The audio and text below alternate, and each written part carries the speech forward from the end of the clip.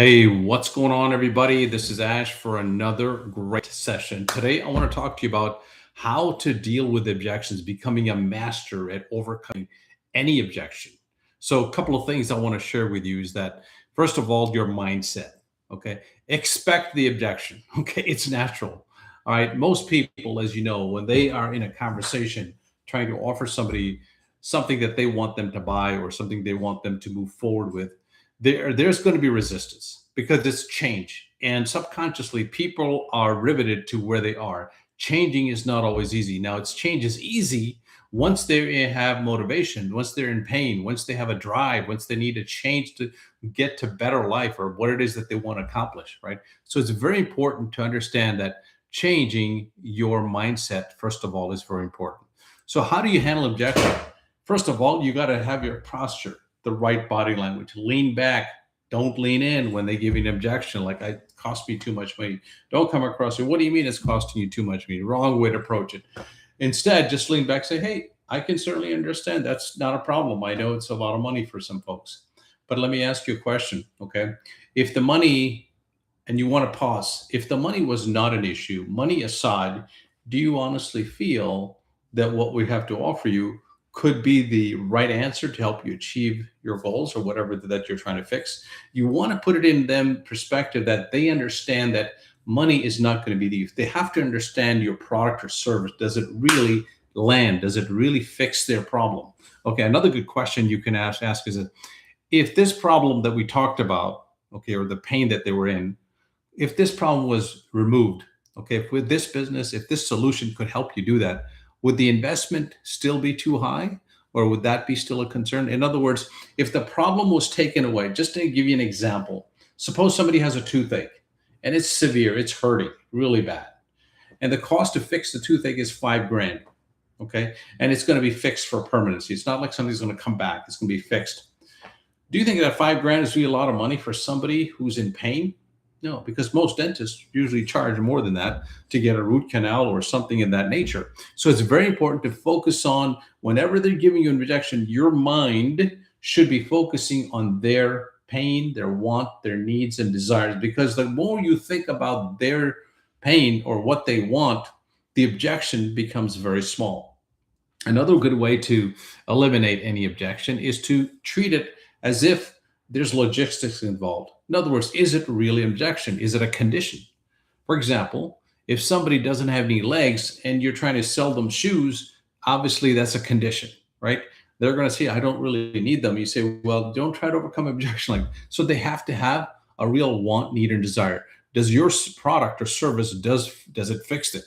And if it does, then objections could be eliminated by the right way to overcome them, by asking specific questions, making them feel comfortable that it's natural for them to give you resistance. Another big thing is that when objections pop up, there is some hesitancy. They're not really sold on the fact that your solution could fix their problem. And how do you overcome that? Well, you got to talk a little bit about your solution, why it works. Testimonials or case studies, you can bring that up.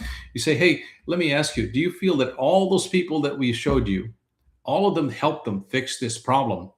Do you feel that this could possibly help you as well, since you're just a human being like they are? And you see, put a smile on your face. You don't want to come across as like you're trying to push them. You say, does it make sense that if somebody else was in the same predicament as you were, like you are currently, and if there was a problem that was fixed because of this solution, why wouldn't this work for you? Right? And then you have to put them in a position, well, just suppose if this problem was fixed, what would that enable you to do? Focus the end result of fixing that problem. How would that make them feel if the problem was really fixed? That is the key to building is urgency and the key to overcome the objections. Okay.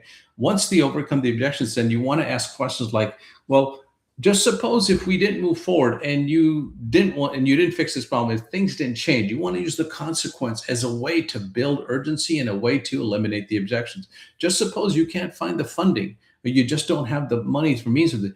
What is the consequence if things don't change over the next 2 days, 2 weeks, 2 decades? Why do you want to say space it out like that? Why don't you just say like, what if things don't change in the next 5 years? Because when you say it in the way where it's 2 days, 2 weeks, 2 months, or 2 decades, You're giving them the impression that even waiting 2 days is too much than waiting for 5 years from now. This is the reason you have to use the time factor of what happens if things don't change. Another good way to overcome the objection is you have to give them an idea that this involves risk. And anytime you are looking for ways for them to move forward, there's going to be risk involved. And there's two types of risk. One risk is that if they keep doing what they're doing, is that a risk? It is. It's because the fact of the matter is you have to establish what is the cost of inaction. And the cost of inaction has to be greater than the cost of taking action. Hope that lands. So the cost of inaction, break it down, saying just break it down in a monetary format. So let's just say it's costing them $100 a week. Multiply that. Say, just suppose, Joe, if this problem does not get fixed in 52 weeks times $100, that's $5,200 that you have put off from now. 5,000, and you want to emphasize on the thousands when the way you're articulating your message.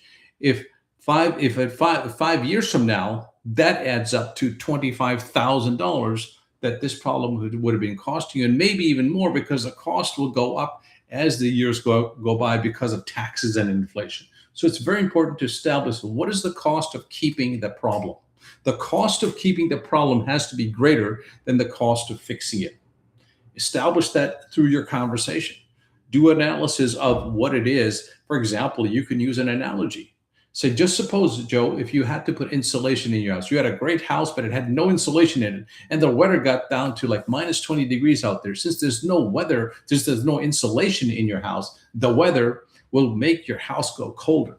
And how much do you have to turn up on the thermostat? Probably more than double than your neighbor who does have insulation. So let's break this down.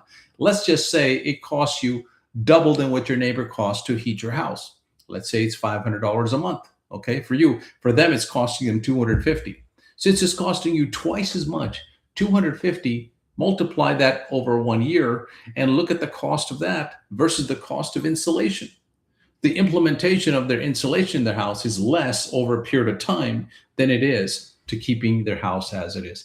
You can use that analogy by breaking it down. What is the cost? Because people will move forward into not losing money, because that is more important than to gain $100 or $200 a month. I hope that makes sense. So with that said, I hope you give me a thumbs up and a like, share this video. I hope it gets you to the next level of success in your business. I'll talk to you the next time. Make it a great day.